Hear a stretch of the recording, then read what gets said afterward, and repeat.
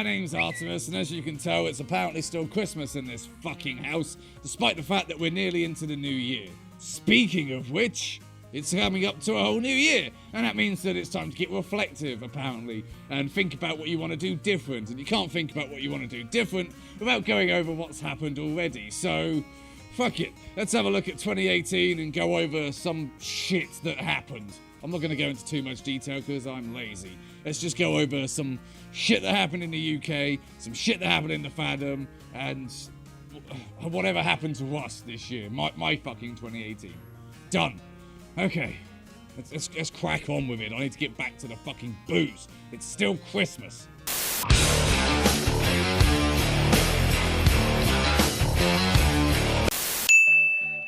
Ah yes, this steaming pile of shit. The UK's continued efforts to fully fuck itself in the face with the 50-cal bullet that is Brexit. 2 years ago, the aging, decrepit assholes of this country took it upon themselves to decide the future of the entire nation when they voted, tiny little margin by the way, voted to leave the EU because of, bloody immigrants or whatever the fuck else the Daily Mail had told them was bad about the EU.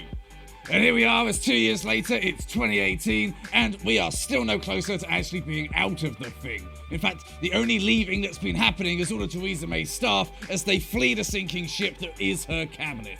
Brussels are continuously pissing themselves laughing as she begs and pleads for good stuff to put into her deal. And despite the fact that she's about as useful as a marzipan dildo, she did manage to survive a vote of no confidence, which basically means her job is secure for the next 2 years. Almost feels like the Tories set it up just to keep her safe. That's strange. And right off the back of a nation-crippling abortion, we have the perfect cover-up story. A royal wedding! Apparently this is something that everybody should give a shit about, but I honest to God forgot that this happened until it came time to do this video. See, the royal family doesn't really have much of a purpose anymore, other than official traditions like opening parliament or distracting the entire country from whatever shady shit our government is up to. Now, I'll give them their due, the princes do a lot for charity and for our national relations with other people in the world, but when you see big blown out of proportion events like this, it just gets depressing.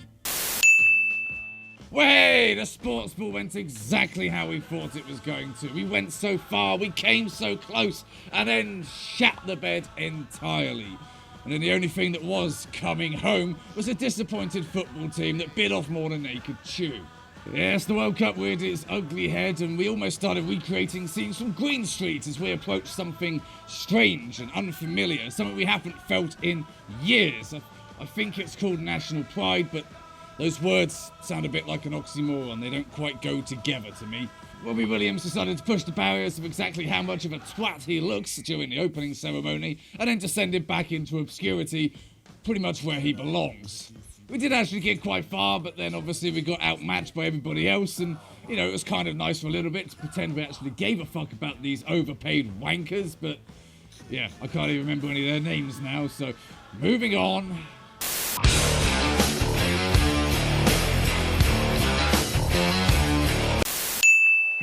Kicking things right off with the inevitable, you all knew it was coming.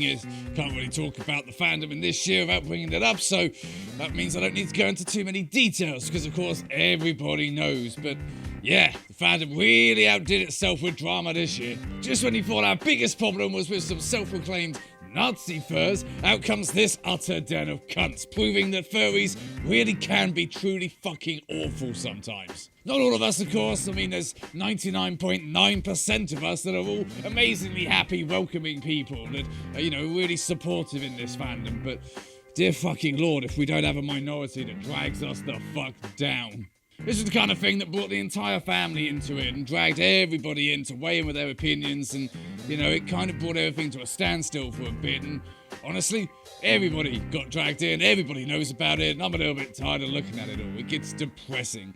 The authorities have all that they need, they're doing what they have to fucking do, so how about instead of going through it all and naming names and doing a fucking timeline of who's a cunt, how about let's just have a montage of some cute dogs I saw this year? How about that? Fuck it.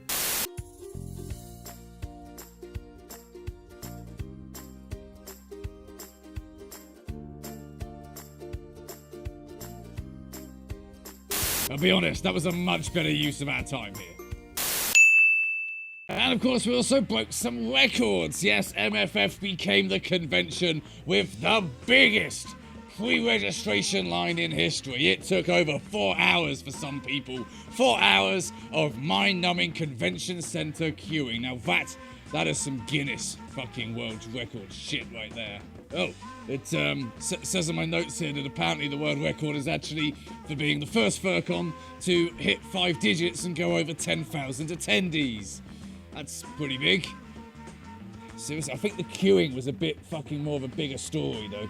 Of course, the convention went exactly how it usually goes. There was a fuckload of ambulances, a fuckload of fire trucks, one of those because some dickhead decided he was going to light up a barbecue in his room. Only furries, people. Only us lot could be that fucking dense. Though, now that I think about it, there wasn't any Foxdale drama this year, and let's be honest, is it really MFF if he hasn't been kicked out in disgrace? Feel like I missed out part of the experience there now. And of course, we as a fandom got some of the biggest and most positive exposure that we've had in quite a long time when CNN sent their Lisa Ling, whoever the fuck that is, to go and investigate us for their show.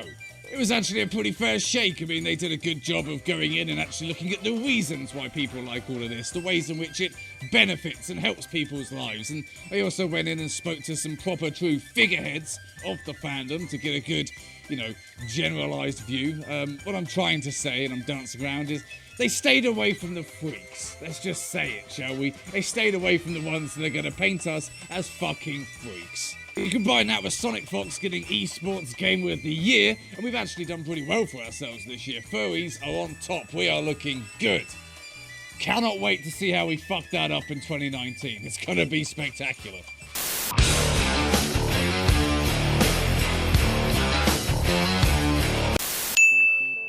Yes, so how has our 2018 gone? Well, I think it's gone pretty okay.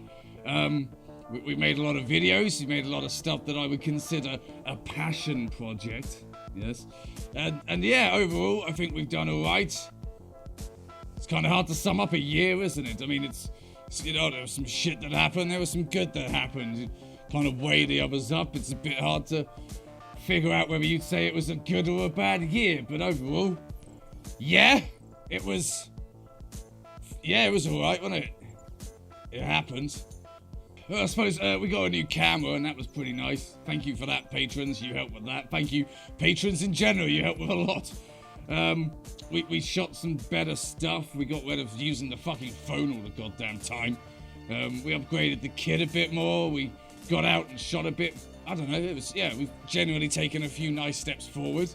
That dickhead learned how to actually use the editing program a bit better, and thank the Lord he did. Yeah, we covered a few more vital points. Pretty much all we really do. Just point out the good and the bad shit in the fandom. Like, thankfully we got a lot of fuel to that fire.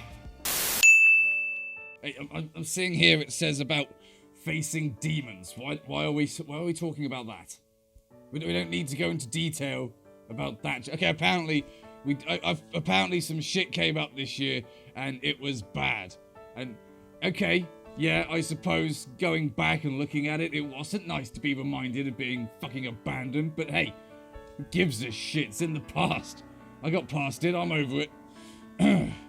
But yeah, I suppose it can't really be denied that me and Aaron grew a bit closer because he had to deal with my bullshit. It's difficult, but I think we turned a corner. I'm not bursting into tears on fucking camera anymore, so that's always a good thing. Don't really have much to say about this. I don't know why we're putting this in. I'm going to the next fucking point. What is it? Growing. Okay. And sidestepping awkwardly away from that mess, we grew quite well as a channel and whatnot. And I don't mean in terms of numbers, because I don't really pay attention to them, if I'm honest. But, I mean, we managed to set up a Patreon, and the support was fucking outstanding. I'm still blown away by that. Thank you so fucking much. We got to see loads of people, like actual supporters at MFF, and that was fucking bizarre how many of you there are. Jesus. I mean, thank you, but some people say, oh, we like your videos. I'm like, why? God, I don't even like my videos. But no, thank you for all of that. That was really fucking nice. We met loads of new people as well, loads of new friends this year, and that was great because we've done like video projects with them. That's not the only reason it's great. They're amazing people that make my life complete, but I mean, yeah, the video projects have been pretty fucking good out of that, I think, overall. Apart from the one where I got my ass kicked. Thanks for that spin, ass. Yeah, overall, I think we're quite a bit further down the road than we were this time last year in more ways than one, so I count that as a win. Yay! That's all I really have to say about my 2018. I'm not going into too much fucking detail. I don't owe these fuckers my life story, do I? Or wait, I do? Where was that in the contract?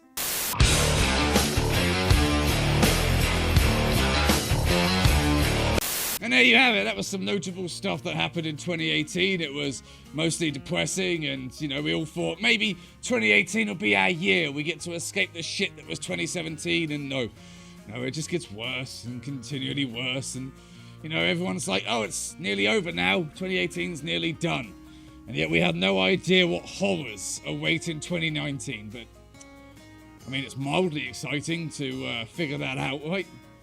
Guess it should be fun. Wonder what happened this time. We actually going to launch the nukes and go full Fallout with the whole world? I don't know. I think I'd make a better fucking companion than dog meat in any sense.